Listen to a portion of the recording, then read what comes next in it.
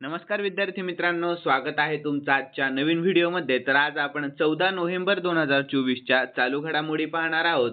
तर यामध्ये आपण एकूण 10 प्रश्न आणि त्यांची महत्त्वाची माहिती पाहणार आहोत मित्रांनो। आणि तुम्हाला जर या व्हिडिओची PDF हवी असेल ना, तर व्हिडिओच्या डिस्क्रिप्शन बॉक्समध्ये आपल्या टेलिग्राम चॅनलची लिंक आहे, तेथे तुम्हाला सर्व व्हिडिओच्या PDF अगदी फ्रीमध्ये मिळतील। तर मित्रांनो, वेळ वाया न घालवता आपण या व्हिडिओला सुरुवात करूयात। या अगोदर आपण कालच्या चालू घडामोडी पाहून घेऊया। तर कालचा पहिला प्रश्न होता, नुकतेच मॉरिशसचे नवे पंतप्रधान कोण झाले? तर नवीन रामगुलाम झालेले आहेत। यानंतर पुढील प्रश्न, उत्तर प्रदेशातील कोणत्या शहरात राज्याची पहिली डबल डेकर इलेक्ट्रिक बस सेवा सुरू करण्यात आलेली आहे? तर लखनौ या पुढील प्रश्न होता, डिफेन्स स्पेस एजन्सी म्हणजेच DSA चा पहिला अंतराळ सराव 2024 कोठे सुरू झाला? तर दिल्लीमध्ये सुरू झालेला आहे। यानंतर पुढील प्रश्न, इंडियन रोड काँग्रेसच्या 83व्या वार्षिक अधिवेशनाचे नुकतेच कोठे उद्घाटन झाले? तर रायपूर या ठिकाणी। यानंतर नुकताच जागतिक न्यूमोनिया दिवस कधी साजरा करण्यात आला? तर 12 नोव्हेंबर दिवशी जागतिक न्यूमोनिया दिवस साजरा करण्यात आला। यानंतर अलीकडेच शिगेरू इशिबा कोणत्या देशाचे पंतप्रधान बनले? तर जपान या देशाचे बनलेले आहेत। यानंतर पुढील प्रश्न, ग्लोबल सिटी इंडेक्स नुसार जगातील टॉप सिटी ब्रँड कोण बनलेला आहे? तर लंडन बनलेला आहे। अलीकडेच कोणत्या देशाच्या कोको गॉफने 2024 WTA फायनल जिंकलेली आहे? तर अमेरिका। पुढील प्रश्न, रशियन व्यापार केंद्र भारतातील कोणत्या शहरात उघडण्यात आलेले आहे? तर दिल्ली या शहरामध्ये। महत्त्वाचा प्रश्न आहे। यानंतर शेवटचा प्रश्न होता, तर कोणता देश गुंतवणूक आकर्षण आणि रोजगार निर्मितीसाठी माइंडफुलनेस सिटी बांधणार आहे? तर भूतान हा। यानंतर आजच्या चालू घडामोडी पाहून घेऊयात मित्रांनो आपण। तर आजचा पहिला प्रश्न असणार आहे, नुकताच परराष्ट्र सचिव म्हणून कोणाचा कार्यकाळ वाढवण्यात आलेला आहे?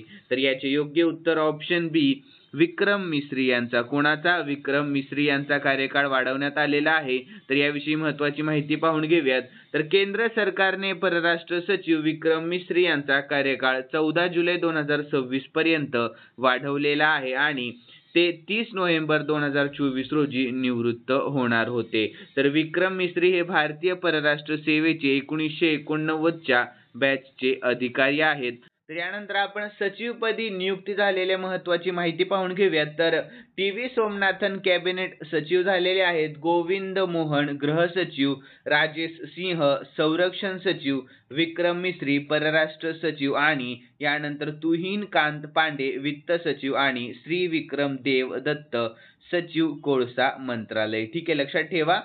तर यानंतर पुढील प्रश्न आहे दुसरा, तर कोणत्या कंपनीला जगातील सर्वात टिकाऊ ॲल्युमिनियम कंपनीचा दर्जा देण्यात आलेला आहे?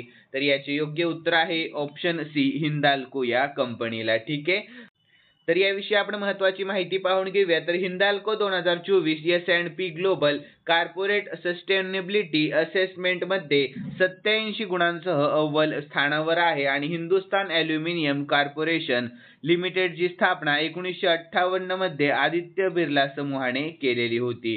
यानंतर मुख्यालय मुंबई महाराष्ट्रामध्ये आहे, हेही लक्षात ठेवा। यानंतर पुढील प्रश्न आहे तिसरा, तर ऑक्टोबर 2024 साठी ICC player of the month कोणाला घोषित करण्यात आलेले आहे? तर याचे योग्य उत्तर ऑप्शन ए, नोमान अली आणि अमेलिया केर यांना। म्हणजे योग्य उत्तर आहे ऑप्शन डी, ए आणि बी दोन्ही। ठीक आहे, लक्षात ठेवा।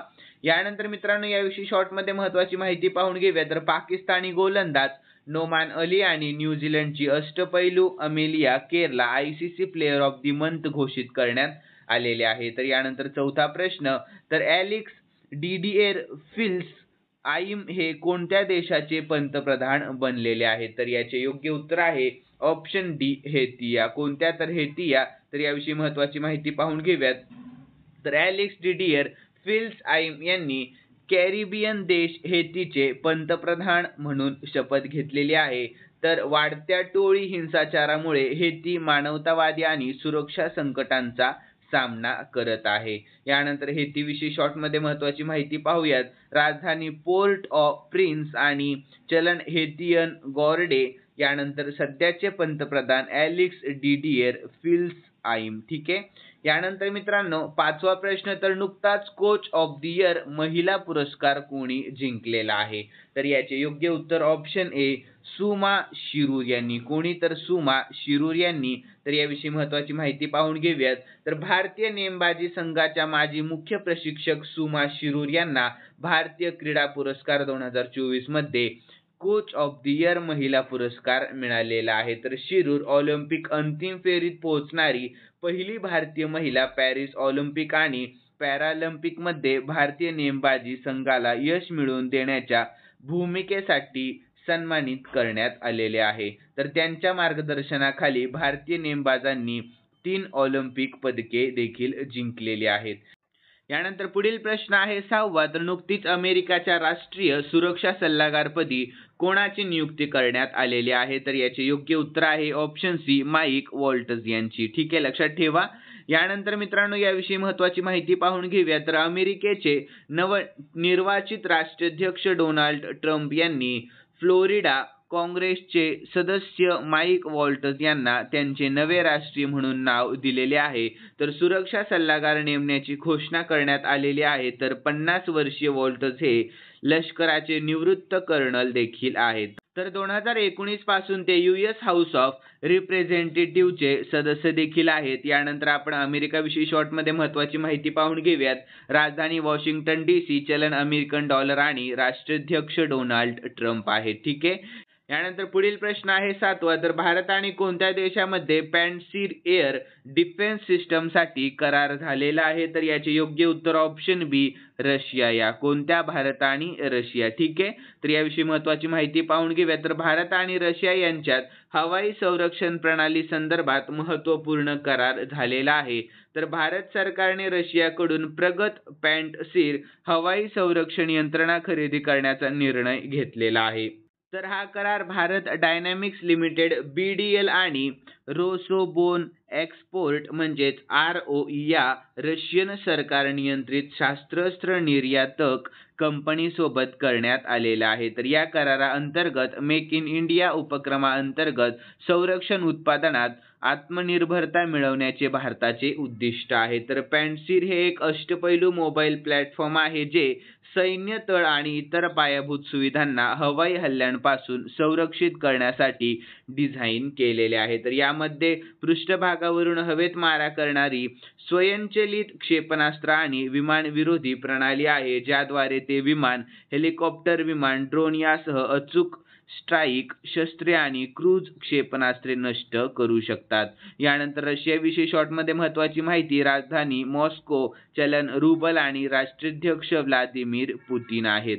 यानंतर 8वा प्रश्न, तर अलीकडेच मध्य प्रदेश पर्यटनचा चेहरा म्हणून कोणाला घोषित करण्यात आलेले आहे? तर याचे योग्य उत्तर ऑप्शन ए पंकज त्रिपाठी यांना. कोणाला? पंकज त्रिपाठी यांना. तर याविषयी महत्वाची माहिती पाहून घेऊयात. तर मध्य प्रदेशची राजधानी भोपाळ, मुख्यमंत्री मोहन यादव आणि राज्यपाल मंगूभाई पटेल आणि लोकसभेच्या एकूण 29 जागा आहेत आणि राज्यसभेच्या एकूण 11 जागा आहेत. यानंतर पुढील प्रश्न आहे 9वा, तर नुकतेच जागतिक बिलियर्ड्स चॅम्पियन कोण बनलेले आहे? तर याचे योग्य उत्तर आहे ऑप्शन बी पंकज अडवाणी. कोण आहे? तर पंकज अडवाणी. तर याविषयी महत्वाची माहिती पाहून घेऊयात. तर कतारमधील दोहा येथे झालेल्या IBSG वर्ल्ड बिलियर्ड्स चॅम्पियनशिपमध्ये 39 वर्षीय अडवाणीने 28वे विश्वविजेतेपद पटकावले. तर त्याने अंतिम फेरीत इंग्लंडच्या रॉबर्ट हॉलचा पराभव केला. तर या विजयामुळे त्यांचे या खेळातील सलग 7वे विश्वविजेतेपद आहे. तर यानंतर पुढील प्रश्न आहे 10वा, तर वरदान कमलाकर राव यांचे नुकतेच निधन झाले आहे. तर ते कोण होते? तर याचे योग्य उत्तर ऑप्शन डी मृदंगम अभ्यासक होते. कोण होते? मृदंगम अभ्यासक. ठीक आहे. तर याविषयी आपण महत्वाची माहिती पाहून घेऊया. तर जगप्रसिद्ध मृदंगम अभ्यासक वरदराव कमलाकर राव यांचे राममुंद्री येथे निधन झालेले आहे. तर ते 88 वर्षाचे होते आणि केंद्रीय संगीत नाटक अकादमी पुरस्काराने सन्मानित देखील त्यांना करण्यात आलेले होते. त्यांना राष्ट्रपती पदकही मिळाले होते, हे लक्षात ठेवा मित्रांनो. यानंतर 11वा प्रश्न, तर इंडियन ऑइल कॉर्पोरेशनचे नवीन अध्यक्ष म्हणून कोणाची नियुक्ती करण्यात आलेली आहे? तर याचे योग्य उत्तर आहे ऑप्शन बी अरविंदर सिंग सहानी यांची. कोणाची? अरविंदर सिंग सहानी यांची. तर याविषयी महत्त्वाची माहिती पाहून घेऊया. तर देशातील सर्वात मोठी तेल कंपनी इंडियन ऑइल कॉर्पोरेशन म्हणजेच IOC चे नवे अध्यक्ष म्हणून अरविंदर सिंग सहानी यांची नियुक्ती करण्यात आलेली आहे. तर यानंतर इंडियन ऑइल कॉर्पोरेशन विषयी देखील आपण शॉर्टमध्ये महत्त्वाची माहिती जाणून घेऊयात. स्थापना 1959 मध्ये झाली आणि मुख्यालय नवी दिल्लीमध्ये आहे आणि अध्यक्ष अरविंदर सिंग सहानी. ठीक आहे. यानंतर मित्रांनो खालील प्रश्न मी स्पेशली तुमच्यासाठी ठेवलेला आहे आणि हा प्रश्न आपण कालच्या चालू घडामोडीमध्ये पाहिला होता. ज्यांनी कालचा व्हिडिओ पाहिलेला असेल त्यांना नक्कीच या प्रश्नाचे उत्तर येईल अशी मी अपेक्षा करतो. तर प्रश्न असा आहे, रशियन व्यापार केंद्र भारतातील कोणत्या शहरात उघडण्यात आलेले आहे? तर याचे योग्य उत्तर तुम्हाला कमेंट बॉक्समध्ये सांगण्याचा प्रयत्न करायचा आहे मित्रांनो. आणि तुम्हाला जर आजचा व्हिडिओ आवडलेला असेल तर नक्कीच या व्हिडिओला लाईक करा आणि सबस्क्राईब करायला अजिबात विसरू नका. तर चला भेटूयात नवीन व्हिडिओमध्ये. धन्यवाद.